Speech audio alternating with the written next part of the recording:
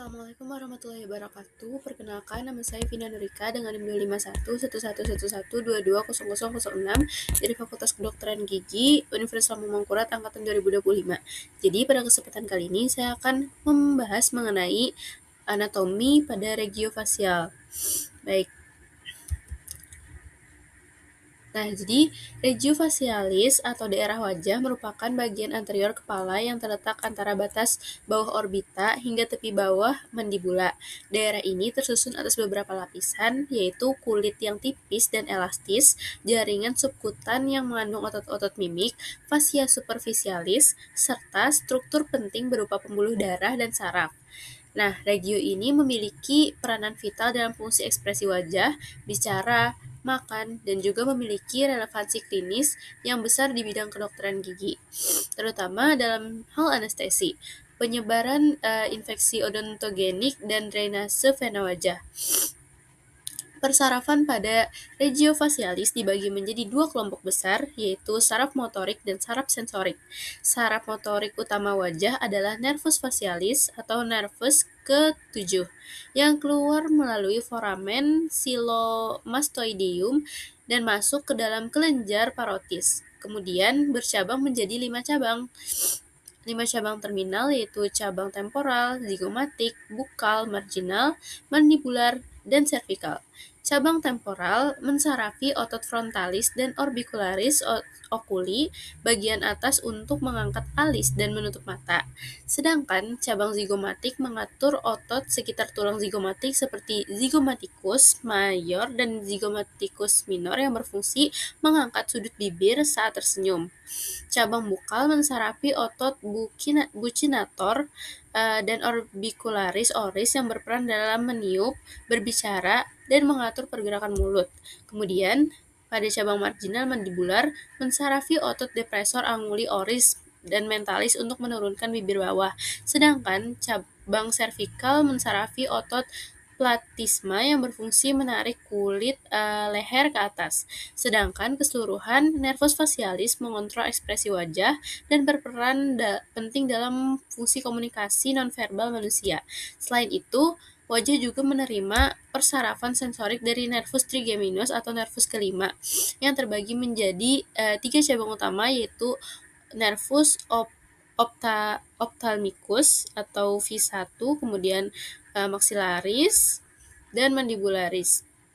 Nervus ophthalmicus membawa sensasi dari dahi, kelopak mata atas, dan pangkal hidung, sementara nervus maxillaris memberikan sensasi pada pipi, kelopak mata, dan bawah bibir, kemudian pada atas bibir, serta gigi-gigi rahang atas melalui cabang yaitu nervus infraorbitalis. Sedangkan nervus mandibularis membawa sensasi dari bibir bawah, dagu, dan gigi rahang bawah melalui nervus alveolaris inferior yang menjadi target utama pada anestesi blok mandibular dalam prosedur kedokteran gigi. Kombinasi sistem persarafan motorik dan sensorik ini memungkinkan wajah untuk melakukan ekspresi kompleks dan menerima rangsangan sentuhan atau nyeri saat sensitif. Pembuluh darah pada regio facialis juga memiliki jaringan yang kaya dan kompleks. Kemudian arteri pada facialis, cabang dari arteri karotis eksterna, merupakan pembuluh utama yang mensuplai darah ke wajah. Arteri ini menyilang tepi bawah mandibula di bagian otot masseter. Kemudian berjalan ke atas melintasi pipi menuju ke sudut medial mata. Dalam perjalanannya, arteri facialis mengeluarkan beberapa cabang penting seperti arteri labialis superior untuk bibir atas, arteri labialis inferior untuk bibir bawah, arteri submentalis untuk daerah bawah dagu, dan arteri angularis di bagian sudut mata. Selain itu, terdapat pula kontribusi dari arteri temporalis, superficialis, arteri infraorbitalis, dan arteri mentalis. Aliran balik dari wajah dilakukan oleh vena facialis yang dimulai dari vena angularis di sudut medial mata, kemudian turun menyilang mandibula menuju vena jugularis interna. Vena ini memiliki hubungan yang penting dengan vena ophthalmica dan plexus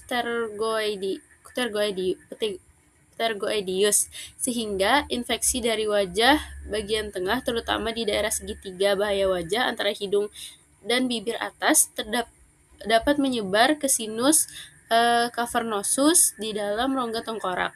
Kondisi ini dapat menimbulkan komplikasi serius seperti trombosis sinus cavernosus, sehingga pemahaman tentang jalur vena ini sangat penting dalam praktik kedokteran gigi maupun bedah mulut. Oke, untuk lebih memahami mengenai saraf-saraf yang terdapat pada regio fascialis, dapat disimak video berikut ini. The nerve emerges from the lower margin of the pons, where it meets the medulla oblongata below. It emerges as two distinct routes: the motor route, often called the facial motor route or the facial nerve proper, and the intermediate nerve. The motor route contains motor neurons. The intermediate nerve carries sensory and parasympathetic fibers. These two nerves remain distinct as they enter the internal acoustic meatus, in the petrous part of the temporal bone. The intermediate nerve and the motor route merge just within the temporal bone. Here the bone has been faded so we can see what's going on inside. The two merged nerves are referred to as the facial nerve. Just inside the temporal bone is the geniculate ganglion, this small swelling. It's located on the first of three 90-degree turns of the facial nerve. The greater petrosal nerve branches from the ganglion inside the bone and travels anteriorly to the pterygopalatine ganglion to supply the lacrimal, nasal, palatine and pharyngeal glands with parasympathetic Inside the bone, just after the second 90-degree turn, a small branch passes anteriorly into the middle ear, which we can appreciate in this lateral view. This is chorda tympani. It is so named because it runs behind the tympanic membrane.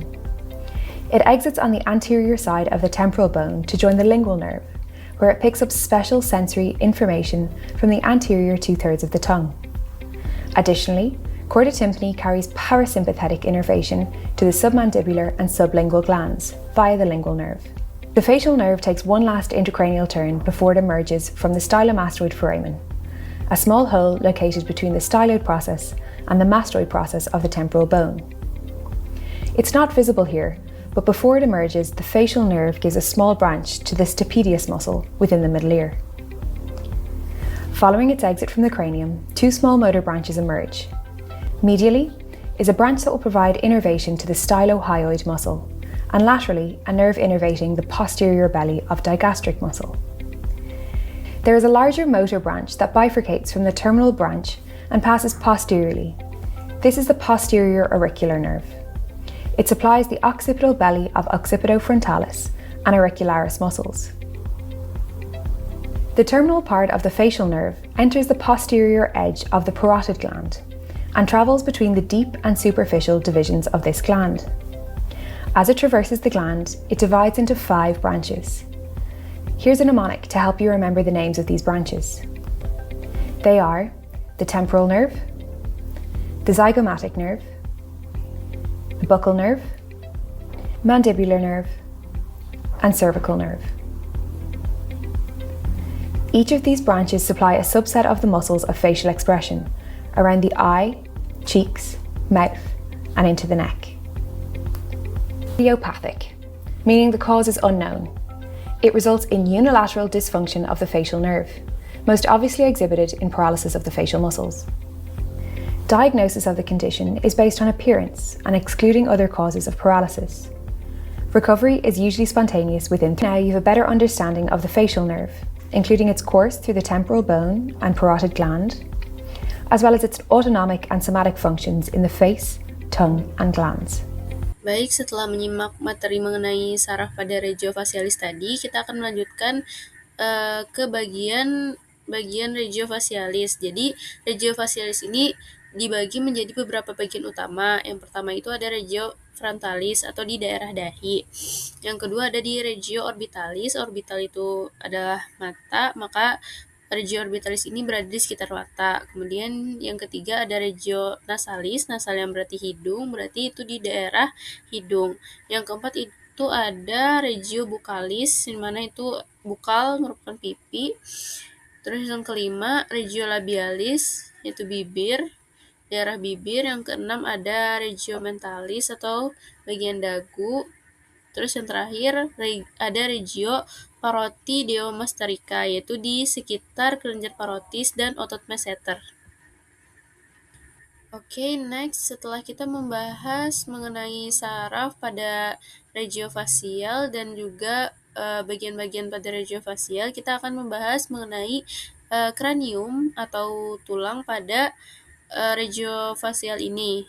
Jadi pada regio fasial itu terbagi menjadi dua, yaitu neurokranium dan viscerokranium, di mana neurokranium adalah kumpulan tulang yang membentuk bagian atas dan belakang kepala yang berfungsi melindungi otak, sedangkan viscerokranium adalah bagian tulang yang membentuk kerangka wajah serta mendukung organ-organ sensorik seperti mata, hidung, dan mulut.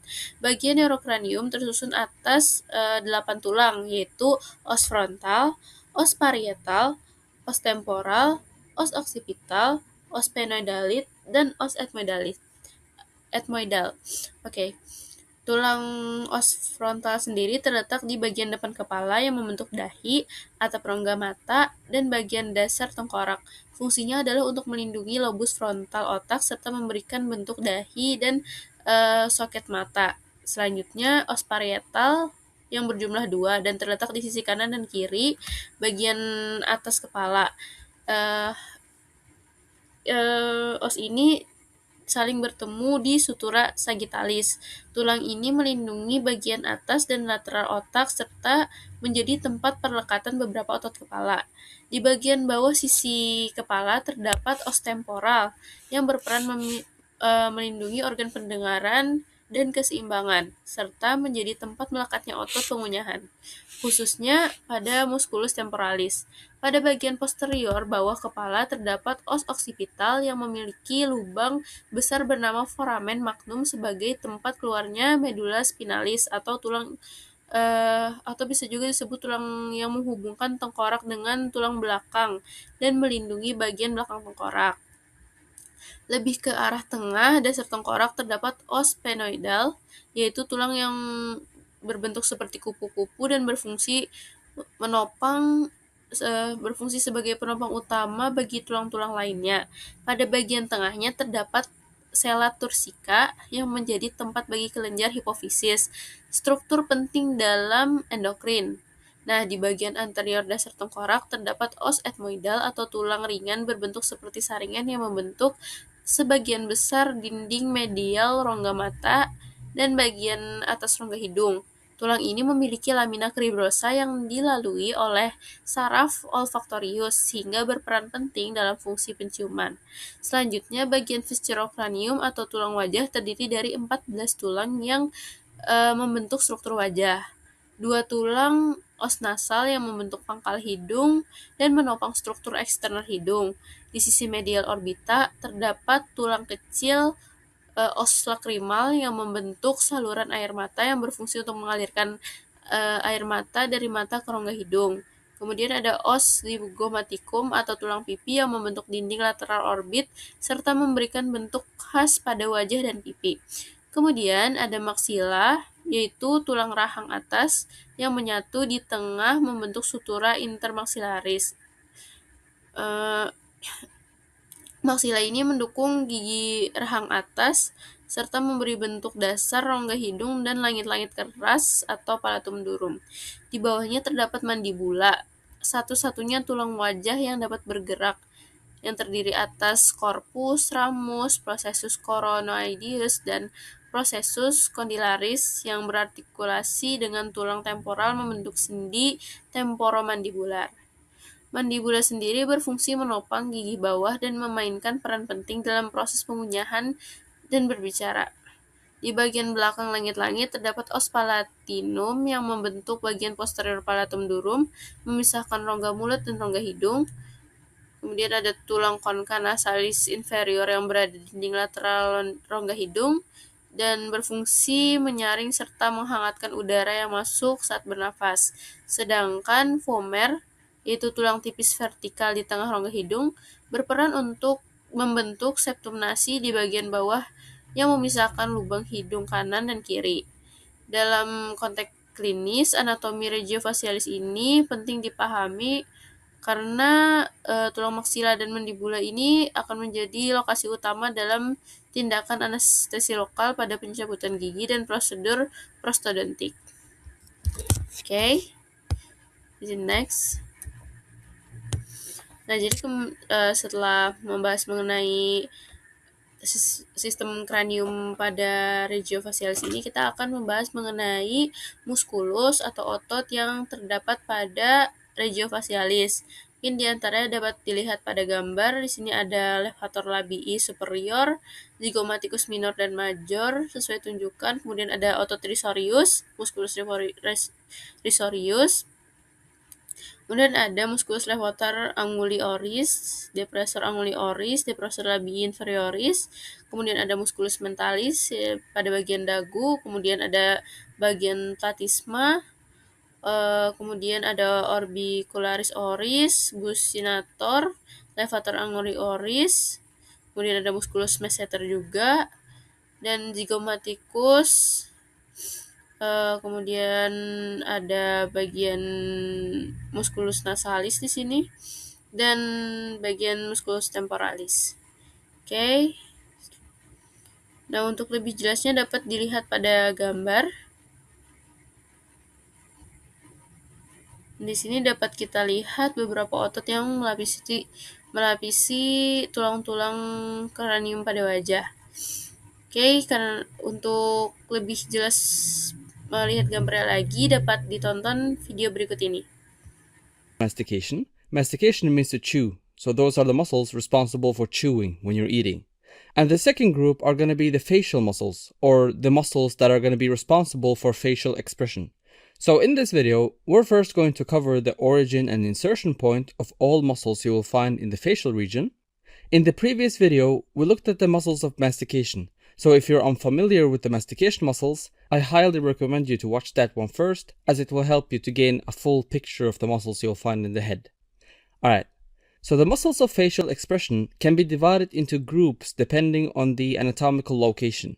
We're going to have 1 muscle in the scalp, 3 around the eye opening, 10 around the oral opening, 2 around the nasal opening, and 3 around the ear opening. And so all these muscles have a few things in common. And the first one is that all of the muscles of facial expression insert at the skin, and they produce wrinkles in the skin once they contract. Another thing they have in common is that all of them are innervated by the facial nerve, which is the cranial nerve number 7. And the last thing is that they all come from the second pharyngeal arch during development. So now that we have kind of a general overview of the muscles, let's start with the muscles of the scalp, which is the occipitofrontal muscle. This is a flat muscle located on the top of the scalp. It consists of the occipital belly, which originates from the highest nuchal line on the occipital bone, and it inserts at the epicranial aponeurosis, or galea aponeurosis. Then, more anteriorly, you will find the frontal belly, which originates from the epicranial aponeurosis and inserts at the skin of the eyebrow. The function of this muscle is to pull the skin of the forehead up, forming horizontal lines on the forehead, as you see here. And the occipital belly's main function is really stabilizing the aponeurosis and tensing it. Next, we have the muscles around the eye opening, and these include the orbicularis oculi, procerus, and the corrugator supercilii. The orbicularis oculi is a circular muscle, as you see here, consisting of 3 parts. These are the orbital part, which is the peripheral part of the muscle going around the eye, the palpebral part that covers the eyelids, and the lacrimal part for the lacrimal sac. So the orbital part is this one. It originates from the medial palpebral ligament, then goes around the whole eye in a loop, and then inserts at the medial palpebral ligament again. The medial palpebral ligament is just a small ligament located on the medial end of the eyelids. The palpebral part, again, is the part that covers the eyelids. They originate from the medial palpebral ligament and insert at the lateral palpebral ligament. And here, just to visualize it, here is the medial palpebral ligament, and here's the lateral palpebral ligament. So the palpebral part of the muscle goes like this. The function of these 2 parts is to firmly close the eyelids and creating wrinkles extending outwards from the lateral angle of the eye, as you see here. The lacrimal part, however, originates from the lacrimal bone and insert at the lacrimal sac, and it's located in this region. And what it does is that it dilates the lacrimal sac, which aids the drainage of tears from the eyes down through the nasolacrimal duct and then down into the nasal cavity. So tears are produced by the lacrimal gland, they go to the lacrimal sac, and this muscle really just opens up this lacrimal sac so that the excess tears can flow down into the nasal cavity. So that is the orbicularis oculi. Next we have the procerus muscle, and the procerus muscle is located between the eyebrows, as you see here. It originates from the bridge of the nose and inserts at the skin of the forehead, forming a horizontal wrinkle on the root of the nose, as you see here. Alright. The last one is the corrugator supercilii, which are located here in the eyebrows. This muscle originates from the glabella and the supraorbital margin, and it inserts at the skin of the eyebrows. And when this muscle contracts, it pulls the eyebrows medially and inferiorly and forms vertical lines above the root of the nose, forming the facial expression of frowning and pain, as you see here. So that is the muscles around the eye opening. Next, we have the muscles around the oral opening, and these are 10 muscles divided into 5 groups based on the facial expression they produce when they contract. The first group are the muscles on the side of the mouth that produces a smile. All of these muscles have a common insertion point but different origin points. These are the zygomaticus major, which is this one. It originates from the zygomatic bone, as you see here. Then we have the zygomaticus minor, which is this one. It also originates from the zygomatic bone, but more anteriorly. Then we have the soleus muscle, which is this one, originating from the masseteric fascia. So remember we had the masseter muscle for mastication. On top of the masseter muscle, there's a fascia called the masseteric fascia, which is essentially connective tissue forming a smooth surface around the muscle for less friction. So this muscle originates at this fascia. And these 3 muscles insert at the skin of the angle of the mouth to produce a beautiful smile. Next, we have the muscles that either depresses the angle of the mouth or lifts the angle of the mouth. The muscles that lifts up the angle of the mouth are the levator anguli oris, which is this one, and the levator labii superioris, which is this one. The levator anguli oris originates from the anterior surface of the maxilla and inserts at the skin of the angle of the mouth. The levator labii superioris originates from the infraorbital margin of the maxilla and inserts at the skin of the angle of the mouth, and so they both lift up the angle of the mouth. The muscles that depresses the angle of the mouth are the depressor anguli oris, which is this one, and the depressor labii inferioris, which is this one. They both originate from the base of the mandible, down here. The depressor anguli oris inserts at the skin of the angle of the mouth, but the depressor labii inferioris insert at the skin of the lower lip. So these muscles make a sad face, but the depressor labii inferioris depresses the lower lip and pulls the lower lip laterally, which produces an expression that looks a lot like contempt. Alright, so these are the muscles that act on the angle of the mouth. Next, we have a muscle located on the lateral wall of the oral cavity, called the buccinator muscle, which is located here. This muscle originates from the alveolar processes of the maxilla and the mandible, as well as the pterygomandibular raphe, located back here, and they insert at the skin of the angle of the mouth. And when this muscle contracts, it pulls the angle of the mouth laterally, forming a facial expression of satisfaction, as you see here. So that is the buccinator. Next, we have the kissing muscle around the oral opening, which is here. This muscle is called the musculus orbicularis oris, and it consists of a marginal part, which is the outer fibers, and a labial part, which gives the shape of the lips, located here. These muscle fibers are arranged circularly underneath the skin, and they protrude the mouth, forming a kissing face. The last group is the muscle of doubt, and it consists of the mentalis muscle. It originates from the alveolar process of the maxilla and inserts at the skin of the chin. And when these muscle fibers contract, they pull the skin upwards, producing a facial expression of doubt, kind of as you see here. So that was all the muscles around the oral opening. Then we have the muscles around the nasal opening. So if you add the actual cartilages of the nose, the muscles around the nose act directly on the nose itself. So the first one is the nasalis muscle, which consists of 2 parts according to the course of its fibers. These are the transverse part, which is also called the compressor naris, and the alar part, also called the dilator naris. And they both originate from the anterior surface of the maxilla and they both insert at the dorsal cartilage of the nose. So the alar part inserts a little more anteriorly than the transverse part. The transverse part constricts the nostrils, and the alar part dilates them, as you see here. So that is the nasalis muscle. The other muscle is called the levator labii superioris alaqui nasi. This muscle originates from the frontal process of the maxilla and inserts at the skin of the upper lip and the skin of the nasal wing. And when they contract, they pull the lips and the nasal wings in this direction, which dilates the nostrils, elevates the upper lip, and produces an expression of discontent. Alright, so finally, let's look at the muscles around the ear opening, which are 3. And they look like this. These 3 muscles are called the extrinsic muscles of the external ear. And these are the auricularis anterior, auricularis superior, and the auricularis posterior. All of these muscles insert on the root of the auricle. The auricularis anterior originates from the temporal fascia, which is the fascia covering the temporal muscle. Auricularis superior originates from the epicranial aponeurosis, and the auricularis posterior originates from the temporal bone. Their common function is movement of the auricle to each direction, as you see here. They really have no practical importance in humans, but they're more important in animals that are dependent on their hearing, like your typical dog that are able to move his ear around.